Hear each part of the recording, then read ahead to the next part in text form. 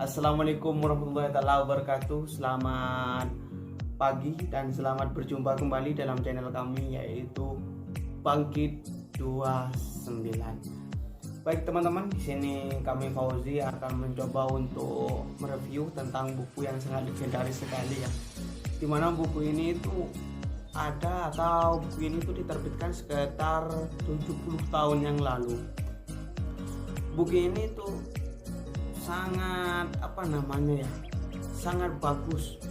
Buku ini itu masih menjadi buku terbaik untuk untuk mengembangkan interpersonal skill begitu teman-teman.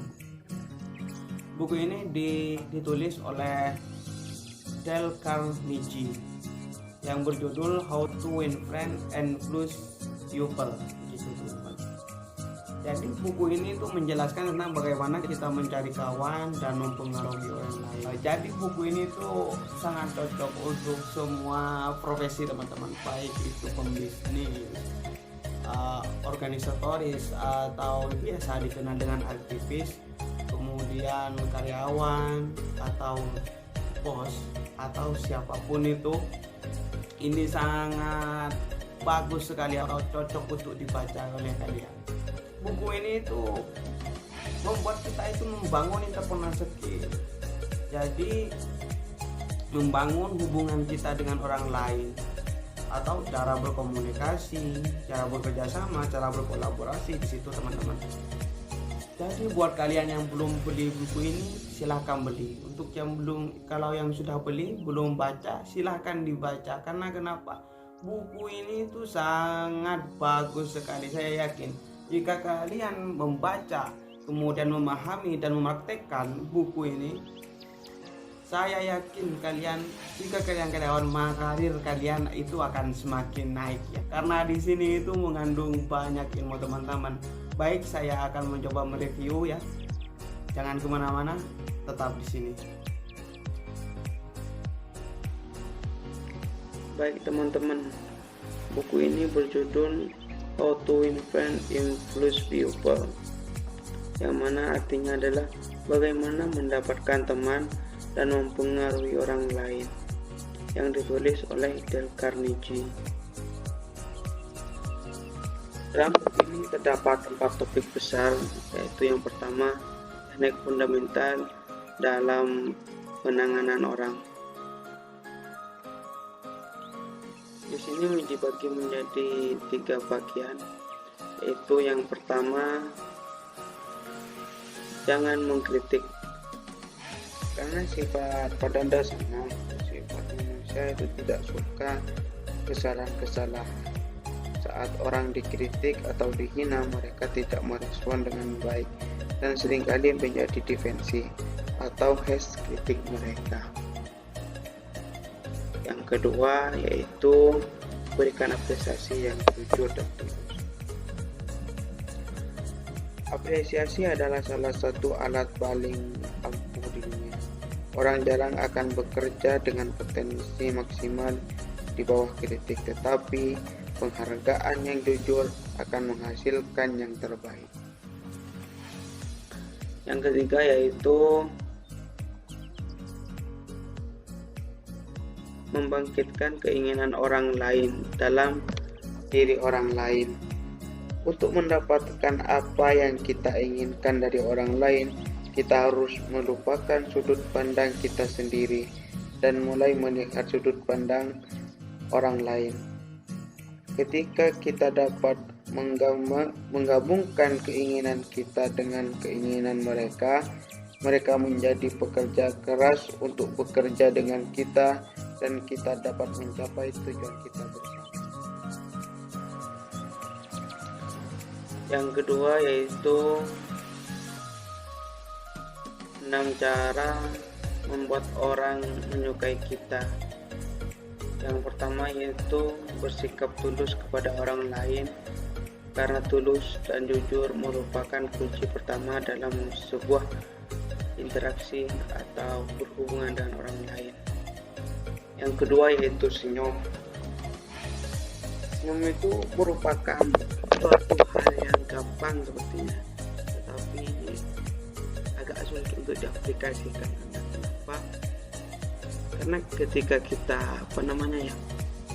berkomunikasi atau berinteraksi dengan seseorang, untuk membawakan senyum sendiri itu terasa sulit. Jadi biasakan berinteraksi atau berhubungan dengan orang itu dengan senyuman gitu, biar orang lain bahagia melihat kita. Yang ketiga yaitu sebutlah nama orang ketika berkomunikasi. Kenapa? Karena penelitian mengatakan atau menyebutkan bahwa menyebut nama orang itu akan timbul rasa kebanggaan tersendiri terhadap orang lain tersebut, daripada kita bilang kamu, anda, atau sebagainya. Yang keempat, jadilah pendengar yang baik. Ya, jadi ketika kita berkomunikasi dengan orang lain, berbanyaklah berdengar. Jangan selalu membantah orang lain ketika mau curhat atau apa.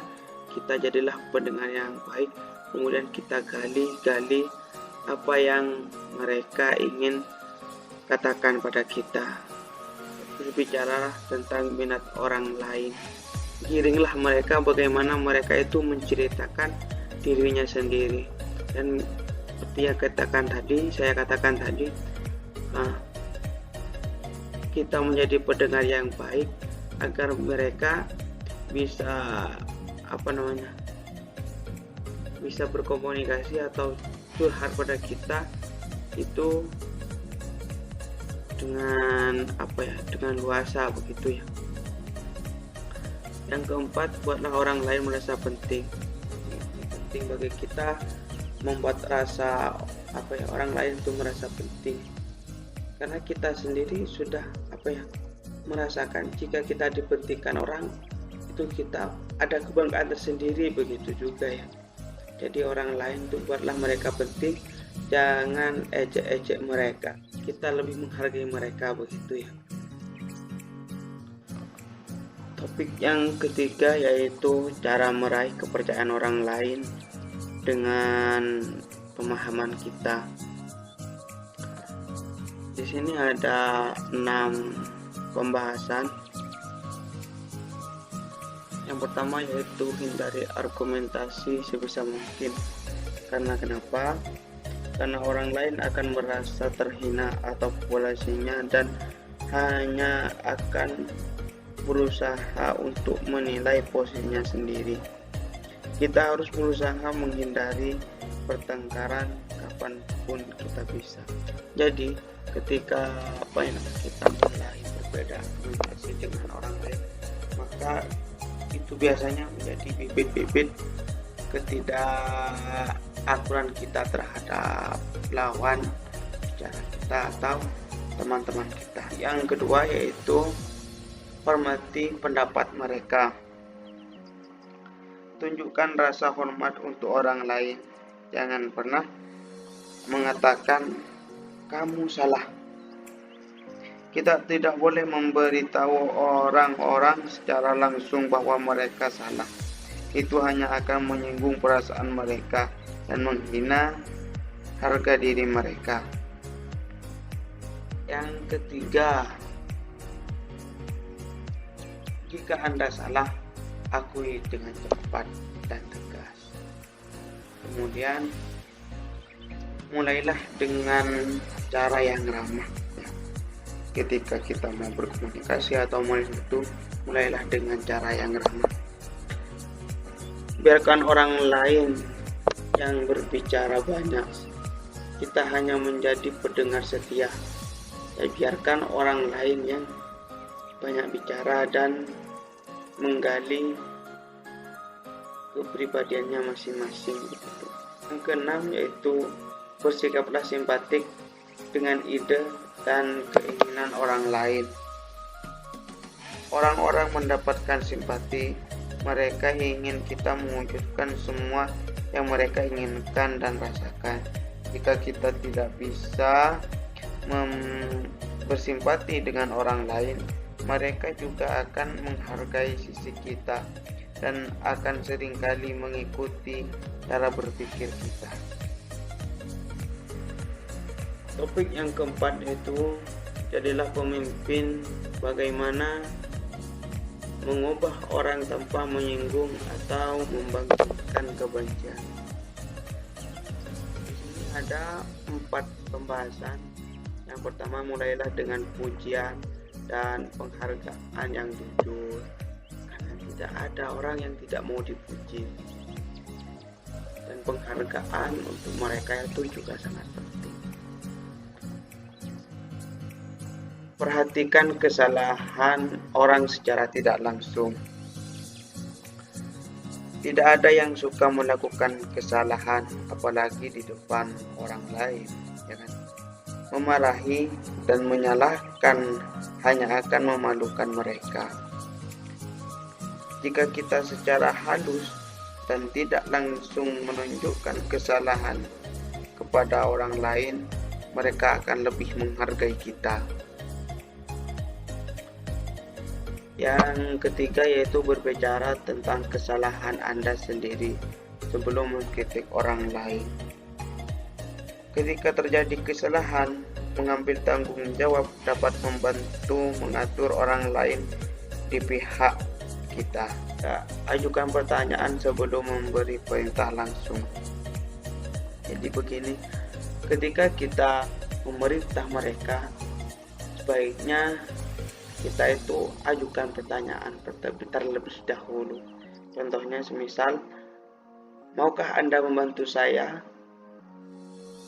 Bisakah Anda membantu saya? Begitu kira-kira. Terima kasih. Baik teman-teman, mungkin hanya itu yang dapat kami review pada kesempatan kali ini. Semoga bermanfaat. Wassalamualaikum warahmatullahi wabarakatuh.